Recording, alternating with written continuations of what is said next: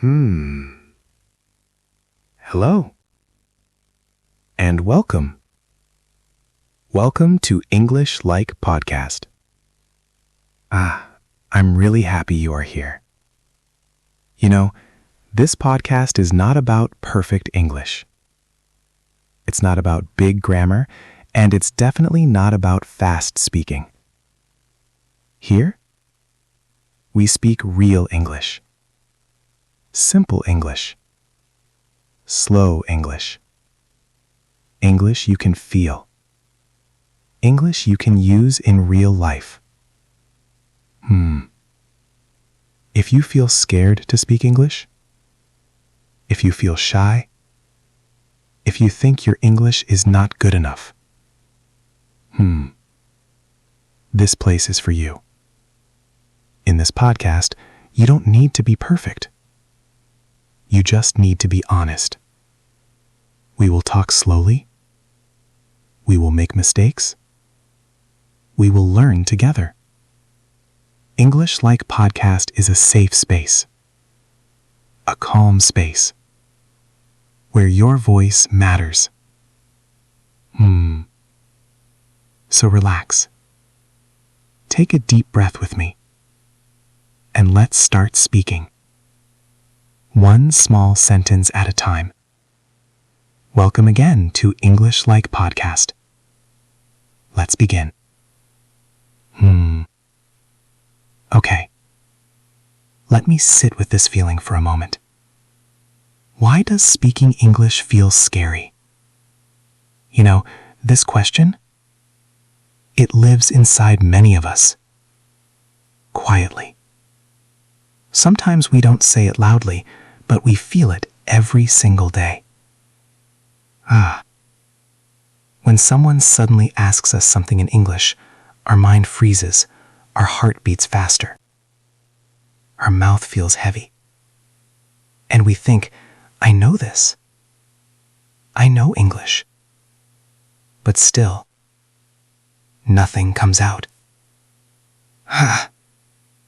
It's strange, right? English is just a language, letters, words, sentences. But for us, it feels like a test, like a judgment, like someone is watching and waiting for us to fail. Let me tell you something honestly. You are not weak. You are not stupid. And you are definitely not alone. Most people who are learning English feel the same fear. The problem is not your English level. The problem is something deeper. Let's talk about the first big reason. Fear of mistakes. You know, from childhood, we are taught that mistakes are bad. Wrong answer means punishment. Wrong spelling means red mark. Wrong grammar means laughter. So slowly, our brain learns one thing. Don't make mistakes. And when we start learning English, this fear becomes stronger. We think, what if my sentence is wrong? What if my tense is wrong? What if my pronunciation is wrong? And that fear, it locks our mouth. But think about this. How did you learn your mother tongue? Did you speak perfectly from day one? No. You spoke broken sentences, you mixed words, you said wrong things, but nobody stopped you.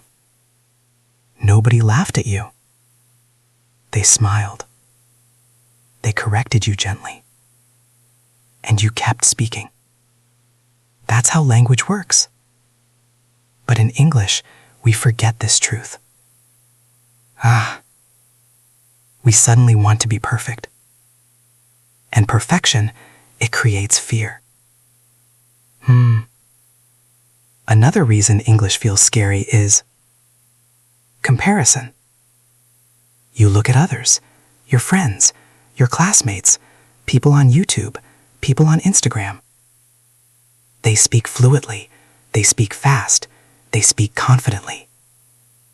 And you think, why not me? Comparison quietly kills confidence. You don't see their journey, you only see their result. You don't see how many mistakes they made, how many times they felt embarrassed, how many times they wanted to quit. Everyone starts from silence. Everyone starts from fear. But we judge ourselves too early. Now let's talk about something very important. Thinking in your mother tongue. Most learners, when they want to speak English, they first think in their language. Then they translate word by word. And during this process, your brain becomes tired. So when it's time to speak, your mouth waits, your brain searches, and silence happens. This is very common. And people think, I am bad at English. No. You are just overloading your brain. English speaking is not translation, it is expression. Slow expression. Simple expression. Another big fear is people's opinion. What will people think? Will they judge me? Will they laugh? Let me be honest with you. Most people are busy with their own lives, their own problems, their own insecurities. They don't have time to judge your English. And even if someone laughs, it says more about them, not about you. Confidence doesn't come before speaking. Confidence comes after speaking. You don't wait to be confident. You speak to become confident. This is something nobody tells us. Many learners also feel scared because they learned English in a strict way. Too much grammar, too many rules, too many exams. So English feels like pressure, not freedom. But English is just a tool, a bridge, not a burden. Let me share a small truth. Broken English that you speak is better than perfect English you don't speak. Silence doesn't improve English, speaking does. Slow speaking improves English, not fast thinking. Sometimes we also fear English because of past experiences. Maybe someone laughed at you once, maybe a teacher scolded you, maybe a friend corrected you badly. That memory stays. And every time you try to speak, that memory comes back. Healing this takes time. And kindness towards yourself. You don't fight fear, you walk with it. Speak even when your voice shakes. Speak even when your sentence is not perfect. That is bravery. Let me tell you something important. Native speakers are not special. They don't think about grammar. They don't think about tenses. They think about meaning. They say, yesterday I go there, and still people understand. Communication is about connection, not correctness. Fluency is not speed. Fluency is comfort.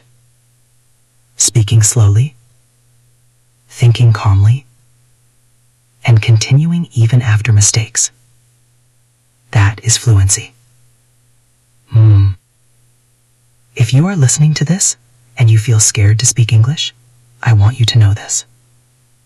Your fear means you care. Your silence means you are learning. Your effort means you are growing. You are not behind. You are just on your path. Start small. 1 sentence a day. 1 thought in English. 1 minute of speaking. Talk to yourself. Talk to the mirror. Talk to your phone. Nobody is watching. Nobody is judging. And slowly, very slowly, your mouth will trust your brain, and your brain will trust your mouth. One day, you will speak English, not perfectly, but confidently. And you will remember this fear and smile. So please, be gentle with yourself. English is not here to scare you. It is here to help you. Just speak. Even if your voice is low. Even if your words are simple. That is enough. Thank you for staying with me. Thank you for listening. And thank you for not giving up. Alright, we'll stop here for today. Thank you so much for listening. And for spending your time with me. If this episode helped you, or made you feel